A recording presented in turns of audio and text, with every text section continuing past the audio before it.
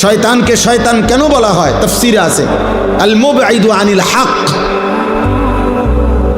24 ঘন্টা যার অস্তিত্বের মধ্যে, যার প্রতি মুহূর্ত কাটে আল্লাহর নাফরমানি, হক থেকে দূরে সরা, নিজে এবং অনুসারীদেরকে, নিজে এবং সঙ্গীদেরকে আল্লাহ থেকে দূরে সরিয়ে রাখতে, হক থেকে দূরে সরিয়ে রাখতে যার সার্বক্ষণিক প্রচেষ্টা, তাকে বলে শয়তান।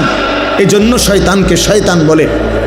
অতএব দোস্ত, ফজর থেকে এশা এক ওয়াক্ত নামাজের সেজদা যার কপালে জুটে নাই, তুমি তো তোমার সাথের সহকারী, সহযোগী বন্ধুদেরকে, সাথের সঙ্গীদেরকে মিলে মিশে আল্লাহর ইবাদত থেকে, বন্দিগির থেকে ফিরায় রাখলা।